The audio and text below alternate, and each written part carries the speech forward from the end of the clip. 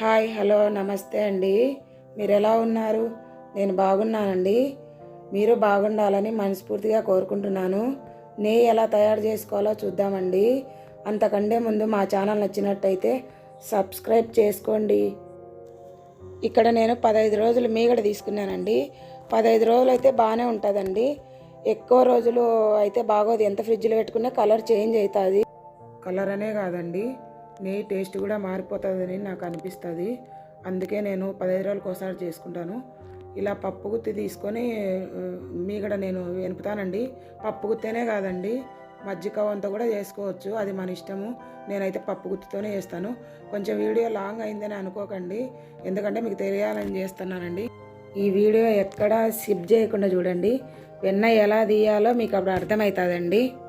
ఇక్కడ మీరు గమనించినట్టయితే ఫస్ట్ పతలాగా ఉన్నిందండి, ఇప్పుడు కొంచెం గట్టి పడింది, తర్వాత కొంచెం ముద్దలాగా తయారవుతుందండి. ఇప్పుడు నేను చూపిస్తాను ఎట్లా తయారైంది అనేది. చూడండి, మీకు అర్థమైపోతుంది ఎట్లా వచ్చింది అనేది. ఒక టిప్ చెప్తానని పొద్దున్న షార్ట్ వీడియోలో చెప్పినానండి. ఆ టిప్ ఏదో ఇప్పుడు చెప్తానండి. ఏం లేదండి, వెన్నలో ఐస్ క్యూబ్స్ ఎందుకు వేసుకుందని అనుకుంటున్నారా? ఎందుకంటే కడుక్కునేటప్పుడు వెన్న ముద్దలాగా ఉంటుందండి. ఇట్లా వేసుకుంటే వెన్న కూడా కొంచెము నీళ్ళమ్మడి అందుకు పోకుండా ఉంటుంది, అందుకే వేసుకున్నానండి. ఎంత మనం కడుక్కునే కూడా ముద్దలాగానే ఉంటుంది, మీరు గమనించండి దాన్ని. ఐస్ క్యూబ్స్ వేసుకున్న తర్వాత మంచిగా వాటర్ పోసుకొని 2-3 సార్లు కడుక్కోండి. నీళ్లు తేటగా వచ్చేంత వరకు కడుక్కోండి.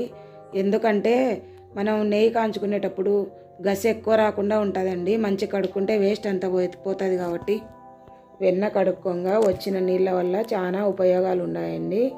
వాటిని ఎలా ఉపయోగించుకోవాలో నెక్స్ట్ వీడియోలో చెప్తానండి. ఇప్పుడు చూడండి వెన్న ఎంత బాగా వచ్చిందో. ఇప్పుడు దీన్ని గ్యాస్ మీద పెట్టుకుందామండి. సిమ్లో పెట్టుకొని నిదానంగా కాంచుకుందాము, ఎందుకంటే పొంగిపోయే అవకాశం ఉంది. నెయ్యి కాంచుకోవడము టైం పడుతుందండి. ఆన్నే నిలబడి నిదానంగా కాంచుకోవాలండి. ఇలా వెన్న కరిగి బురగలాగా వస్తుందండి. బురుగ అంతా ఆగిపోయిన తర్వాత బ్రౌన్ కలర్ వస్తుందండి. ఆ బ్రౌన్ కలర్ వచ్చినప్పుడు నెయ్యి కంప్లీట్ అయినట్టు అండి. సౌండ్ వస్తుంది, ఒక సౌండ్ తగ్గిపోవాలి, అప్పుడు నెయ్యి కంప్లీట్ అయినట్టు. అప్పుడు కరివేపాకు కానీ తమలపాకు కానీ వేసుకోవాలండి. తర్వాత మూత పెట్టుకోవాలి. చూడండి నెయ్యి అనేది ఎంత బాగా వచ్చిందో. మీకు ఈ వీడియో నచ్చినట్టయితే లైక్ చేయండి, షేర్ చేయండి, సబ్స్క్రైబ్ చేసుకోండి. అలానే మీరు ఒకసారి ట్రై చేసి ఎలా వచ్చిందో కామెంట్ చేయండి.